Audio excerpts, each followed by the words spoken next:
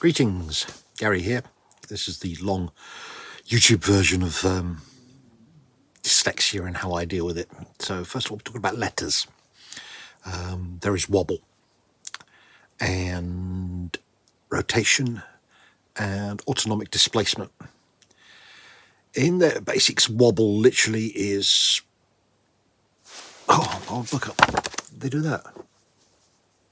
So all the letters just move. It can be anything from that simple, what I just demonstrated, a simple little wobble, to quite violent movement on the page, even though there's nothing happening. In reality, it's just my head is making them wobble. Overlays apparently work. I am a mauve end of the purple spectrum, but because I learnt all my coping mechanisms way before I was properly diagnosed and given the help from the various institutes that assist people, they give me a headache. So I tend to stick to my method, which is the font that I find best. In my case, New Times Roman. That's the one that I tend to write in. I prefer to read in that.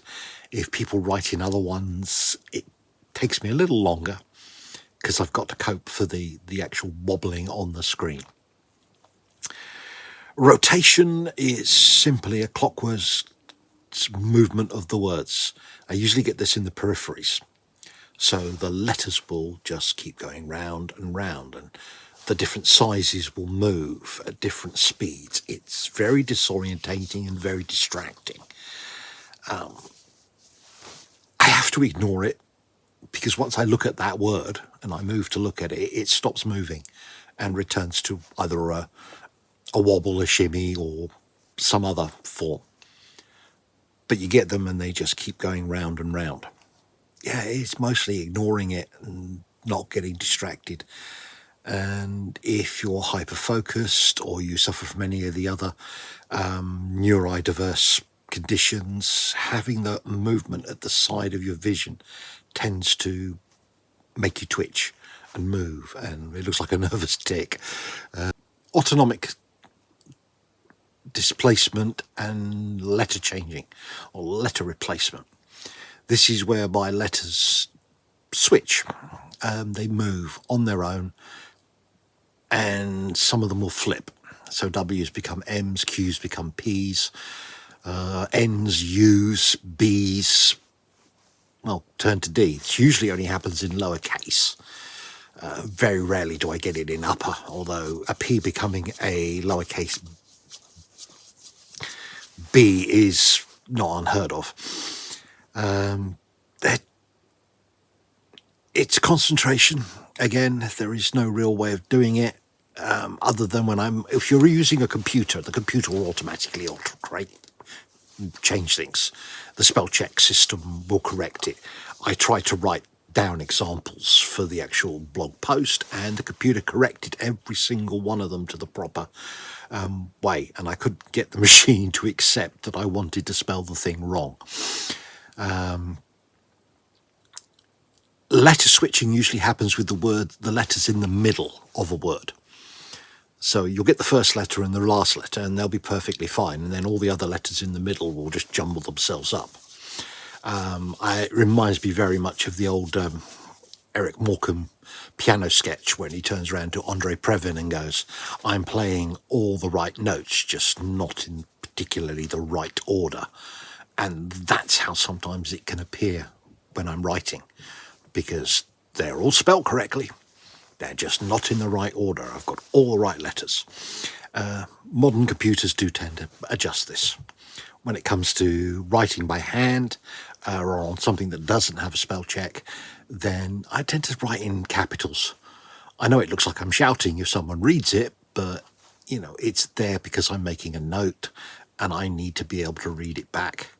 And if I lose concentration and write gobbledygook down, even I can't work out what I've said.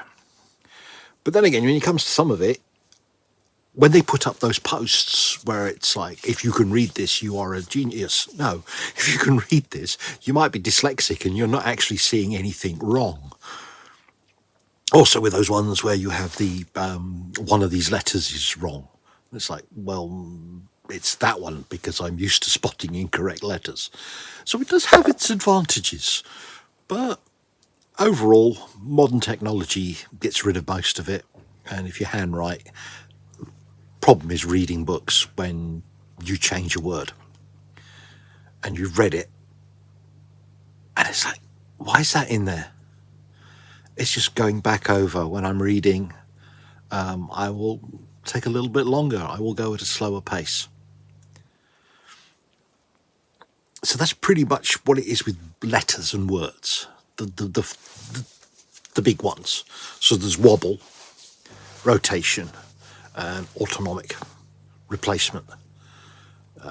There is a lot more to dyslexia than that, but that's what I wanted to talk about in this particular post. If you have any questions, feel free to ask them at the bottom. If you suffer from dyslexia and you have similar problems or you have different coping mechanisms, let me know. I'd love to hear how other people deal with it. Like, subscribe, follow, whatever the button is for it. And I'll speak again soon. Have fun.